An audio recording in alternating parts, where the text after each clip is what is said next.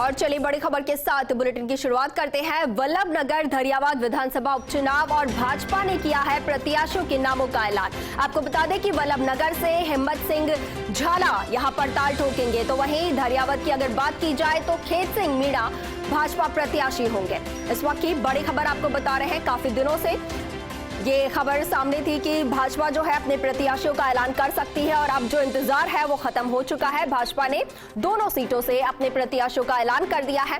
और पहले अगर बात की जाए वल्लभनगर की, तो यहाँ पर हिम्मत सिंह झाला जो है वो यहाँ से वल्लभनगर से ताल ठोक रहे हैं। वहीं धरियावाद की अगर बात की जाए तो खेत सिंह मीणा को यहाँ से मैदान में उतारा गया है। तो खेत सिंह मीणा जो है वो धरियावाद से भाजपा प्रत्याशी यहाँ पर घोषित हुए हैं। इस वक्त की बड़ी खबर आपको बता रहे हैं, भाजपा ने अपने दोनों प्रत्याशियों का ऐलान कर दिया है। 2 सीटों पर उपचुनाव होने हैं, वल्लभनगर और धरियावाद, और भाजपा ने अपने जो पत्ते हैं वो खोल दिए हैं और अब इंतजार है कांग्रेस का। लेकिन फिलहाल भाजपा ने अपने पत्ते खोल दिए हैं। दोनों प्रत्याशियों के नाम यहाँ पर सामने आ चुके हैं भाजपा की तरफ से। वल्लभनगर से हिम्मत सिंह झाला जो है वो यहाँ पर मैदान में उतरे हैं, तो वहीं अगर धरियावाद की बात की जाए तो यहाँ से खेत सिंह मीणा मैदान में है। और इसी पर हमारे सहयोगी ऐश्वर्य प्रधान हमारे साथ जुड़ गए हैं। ऐश्वर्य, भाजपा ने अपने दोनों पत्ते खोल दिए हैं, दोनों जो प्रत्याशी हैं उनके बारे में जानना चाहेंगे। देखिए अंकुर, यहाँ पर भारतीय जनता पार्टी ने पूरे देश भर में इस बार चौंकाया है और परिवारवाद से परे टिकट दिए हैं। कन्हैयालाल मीणा का टिकट लगभग फाइनल था, लेकिन कन्हैयालाल मीणा का टिकट काटा गया है। ये भारतीय जनता पार्टी की राजस्थान की तस्वीर नहीं, बल्कि हिमाचल में भी ऐसा हुआ है, बल्कि मध्य प्रदेश में भी ऐसा हुआ है। तो पूरे देश भर में एक मैसेज दिया गया है कि परिवारवाद से परे टिकट दिया जाए। यदि कोई कैंडिडेट का निधन हुआ है, दिवंगत हुआ है, तो जरूरी नहीं कि परिवार को ही टिकट मिले। इस तरीके का मैसेज इन टिकटों में दिया है। इस पूरी सूची की सबसे बड़ी खूबी यही है कि यहाँ पर खेत सिंह मीणा को टिकट दिया गया है, जो कि एक चौंकाने वाला नाम है, बिल्कुल चौंकाने वाला नाम है। तो दूसरी तरफ बड़ी बात यह है कि कन्हैयालाल मीणा अब ऐसे में क्या निर्दलीय ताल ठोकेंगे, जनता सेना से ताल ठोकेंगे, या कांग्रेस उनसे संपर्क साधेगी, ये सब तमाम चीजें हैं। या फिर अब ये टास्क जो है प्रदेश अध्यक्ष सतीश पूनिया के पास होगा। राजेंद्र राठौड़, जिन्हें वहां की धरियावाद की जिम्मेदारी दी गई है, उनके पास होगा कि कन्हैयालाल मीणा को कैसे साधा जाए, कैसे उन्हें आगामी चुनाव का, कई बार ऐसी स्थिति आती है कि उन्हें आगामी चुनाव की बात भी कह दी जाती है कि आगामी चुनाव में आपको तवज्जो दे दी जाएगी। कुछ इस तरीके की तस्वीर भी सामने आ सकती है। लेकिन बड़ी बात यह है कि अब कन्हैयालाल मीणा किस तरफ जाएंगे, या जाएंगे भी या नहीं जाएंगे, क्योंकि उनका टिकट लगभग फाइनल माना जा रहा था। तो एक मैसेज बीजेपी ने बढ़ा दिया है। तो दूसरी तरफ वल्लभनगर की अगर हम बात करेंगे तो वल्लभनगर में हिम्मत सिंह झाला का नाम फर्स्ट इंडिया न्यूज पहले से ही चला रहा था कि हिम्मत सिंह झाला का लगभग टिकट फाइनल सा है, क्योंकि बीच में कई तरीके की बातें थी कि भिंडर परिवार को कैसे साधा जाए, क्योंकि भिंडर जो है उनका एक बड़ा वोट बैंक है। तो उनकी पत्नी दीपेंद्र सिंह भिंडर के नाम पर विचार किया गया था कि यदि रणदीप सिंह भिंडर से कटारिया की नाराजगी है तो ऐसे में उनकी पत्नी को दे दिया जाए, लेकिन ऐसा नहीं हुआ। पार्टी के ही कार्यकर्ता को टिकट देकर एक मैसेज दिया गया है। गुलाबचंद कटारिया फैक्टर ने बड़ा काम किया है। गुलाबचंद कटारिया की राजपूत तबके से नाराजगी थी, उस नाराजगी को साधने के लिए यहाँ पर दूसरे राजपूत को मौका दिया गया है। तो ऐसे में अब अंकुर त्रिकोणीय मुकाबला होगा नगर से। एक तरफ शक्तावत परिवार से टिकट कांग्रेस के द्वारा, तो दूसरी तरफ राजपूत चेहरा है हिम्मत सिंह झाला, तो तीसरी तरफ रणधीर सिंह भिंडर जिनकी अपनी खुद की पार्टी है जनता सेना। तो इन तीनों के बीच, तीनों राजपूतों के बीच मुकाबला होगा। हालांकि बीजेपी से डांगी जाति के कैंडिडेट को टिकट दिए जाने की भी बात चली थी, लेकिन नहीं दी गई, डांगी जाति को तवज्जो नहीं मिली। तो ऐसे में अब जो वोटर है उसे राजपूत को ही चुनना पड़ेगा। हालांकि कोई और भी कैंडिडेट निर्दलीय या फिर अन्य पार्टियों से आ सकते हैं, वो अलग बात है, लेकिन मुकाबले दोनों जगह ही त्रिकोणीय फिलहाल नजर आ रहे हैं। अब कन्हैयालाल मीणा को मनाना राजेंद्र राठौड़ के लिए चुनौती होगा, जो कि दरियावाद में चले गए हैं, दरियावाद में मौजूद हैं। राजेंद्र राठौड़ भी शायद इस नाम को देखकर चौंक गए होंगे, या देर रात जब उनकी चर्चा हुई होगी तो अरुण सिंह ने, जो कि पार्टी के राष्ट्रीय महामंत्री है, उन्होंने जैसे ही लिस्ट जारी की, संसदीय बोर्ड ने मोहर लगाई।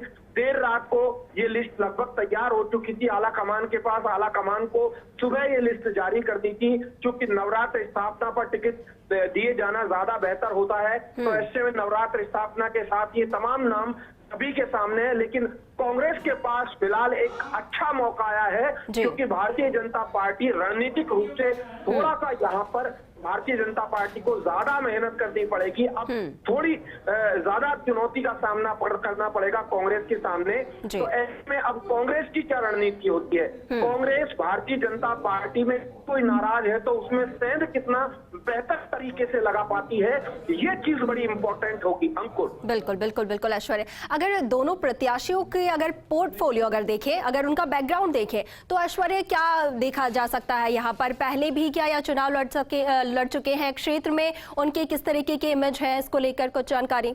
देखिए, दोनों ही पंचायत चुनाव, जिला परिषद के चुनाव टाइप चेहरे हैं, नीचे का कार्यकर्ता है। इन्होंने बिल्कुल पंचायत समिति सदस्य, जिला परिषद सदस्य जैसे चेहरे हैं, तो उन्हें विधानसभा में टिकट दिया जाना भारतीय जनता पार्टी का एक बड़ा मैसेज है कि सामान्य कार्यकर्ताओं को मौका दिया गया है। लेकिन ये भी तय मानकर चलिए कि भारतीय जनता पार्टी ने जो उपचुनाव में जो टिकट दिए हैं 2, इसके बाद आप तय मानकर चलिएगा कि 200 के 200 विधानसभा सीटों में बड़ी संख्या में कई नए चेहरे 2023 में आएंगे। और उसके अलावा कई नए चेहरों के अलावा कई युवाओं को और सामान्य कार्यकर्ताओं को मौका दिया जाएगा। ये बिल्कुल तय मानकर चलिएगा। ये भी भारतीय जनता पार्टी ने एक बड़ा मैसेज दिया है, क्योंकि पीएल संतोष जब चिंतन बैठक में आए थे तो उन्होंने यही मैसेज दिया था। उन्होंने कहा था कि पार्टी बिना मांगे सब कुछ देती है, मांगने से कुछ नहीं देती। छोटे कार्यकर्ता को भी बड़ा मौका दे दिया जाता है, ये उनका मैसेज था। तो उसी तरफ भारतीय जनता पार्टी यहाँ पर चल रही है। और एक बड़ा मैसेज पूरे इन दोनों टिकटों में के अलावा पूरे देश भर के जो टिकट घोषित हुए हैं अलग अलग राज्यों के, जहां पर उपचुनाव होने हैं, उसमें एक मैसेज है, 2 टूक मैसेज है कि परिवारवाद जो है वो साइड में रहेगा, परिवारवाद से परे सामान्य कार्यकर्ता को टिकट दिया जाएगा। इस तरीके का मैसेज बीजेपी ने यहाँ पर दिया है। लेकिन भले ही बीजेपी ने ये मैसेज दे दिया हो, लेकिन राजस्थान की इन दोनों सीटों पर मुकाबला आसान नहीं होगा, क्योंकि बीजेपी इस बात को बखूबी जानती है कि पिछले जो 3 उपचुनाव हुए थे उनमें परिवार में जिनके निधन हुए थे, यानी कि कोई भी विधायक जो दिवंगत हुए, उनके पुत्र पुत्रियों को जीत मिली, उनके परिवार को जीत मिली। तीनों सीटों पर आपने देखा, सहाड़ा में देखा, सुजानगढ़ में देखा और उसके अलावा राजसमंद में देखा। तीनों सीटों पर वही तस्वीर थी। दीप्ति माहेश्वरी, किरण माहेश्वरी की पुत्री इसीलिए विजयी हुई, हालांकि वोट बहुत ज्यादा वोटों से विजयी नहीं हुई जो उम्मीद थी। लेकिन ये इसीलिए बीजेपी सोचकर चल रही थी कि जिस तरीके का जनता की सोच है उस तरीके से परिवार को टिकट दिया जाए। इसीलिए कन्हैयालाल मीणा के नाम पर विचार सर्वाधिक किया गया, टॉप पर उनका नाम था। लेकिन कन्हैयालाल मीणा को टिकट नहीं मिलना अब बीजेपी के लिए ज्यादा मेहनत करनी पड़ेगी, जो कि बिल्कुल आसान की अब इतनी आसान नहीं रहेगी, मेहनत ज्यादा करनी पड़ेगी। ये सब कुछ चीजें सामने है। वल्लभनगर का मुकाबला बड़ा रोचक होने वाला है, ये भी तय मानकर चलिए, क्योंकि रणधीर सिंह भिंडर पहले से ही तैयारियों में जुटे हुए हैं। लेकिन उनके पास एक उम्मीद थी, छोटी सी उम्मीद थी, क्योंकि उन्हें दिल्ली के किसी राजपूत लीडर ने कुछ आश्वस्त किया था। उसके अलावा वसुंधरा राजे से भी उनकी मुलाकात हुई थी, तो उन्हें दिल्ली के किसी बड़े राजपूत लीडर की तरफ से एक इशारा था कि एक संभावना है, तो उस संभावना उनकी अब शून्य हो गई। हालांकि 10% उनके चांसेस थे कि उनके परिवार में किसी को टिकट दे दिया जाए, लेकिन वो 10% चांसेस भी नहीं रहे, क्योंकि गुलाब चंद कटारिया का यहाँ पर वीटो काम कर गया। तो ऐसे में अब बड़ी चुनौती होगी, क्योंकि भारतीय जनता पार्टी इन टिकटों में वो चीज नहीं देखती थी, क्योंकि उपचुनाव जो होते हैं वो बहुत बड़ी बात नहीं होती है। उपचुनाव में इतना ज्यादा गौर नहीं किया जाता, सरकार बनाने या बिगाड़ने जैसी स्थिति नहीं होती, लेकिन उपचुनाव के जरिए मैसेज दूर तक दे दिया जा सकता है। वही तस्वीर इन उपचुनाव के ये टिकटों की घोषणा हुई है, प्रत्याशियों के नाम है, उनमें नजर आती है। जी बिल्कुल बिल्कुल ऐश्वर्य, तमाम जानकारी साझा करने के लिए आपका बहुत शुक्रिया। तो एक तरीके से कहा जा सकता है कि भाजपा ने इस बार जो दोनों सीटों पर उपचुनाव होने हैं उसमें एक्सपेरिमेंट किया है, एक नई पहल करते हुए परिवारवाद को साइड रख के यहाँ पर फैसला लिया गया है और इसी के तहत अब वल्लभ नगर से हिम्मत सिंह झाला, जिसको लेकर पहले ही फर्स्ट इंडिया ने यहाँ पर संकेत दिए थे कि हिम्मत सिंह झाला जो है वो मैदान में यहाँ से उतर सकते हैं भाजपा की तरफ से, तो फर्स्ट इंडिया की खबर पर एक बार फिर से यहाँ पर मुहर लगती नजर आई है। वहीं धरियावद में यहाँ पर खेत सिंह मीणा को उतारकर भाजपा ने एक तरीके से चौंका दिया है, क्योंकि भाजपा का मैसेज यहाँ पर ये कि परिवार से इतर इस बार जो प्रत्याशी है उन्हें मैदान में उतारना है।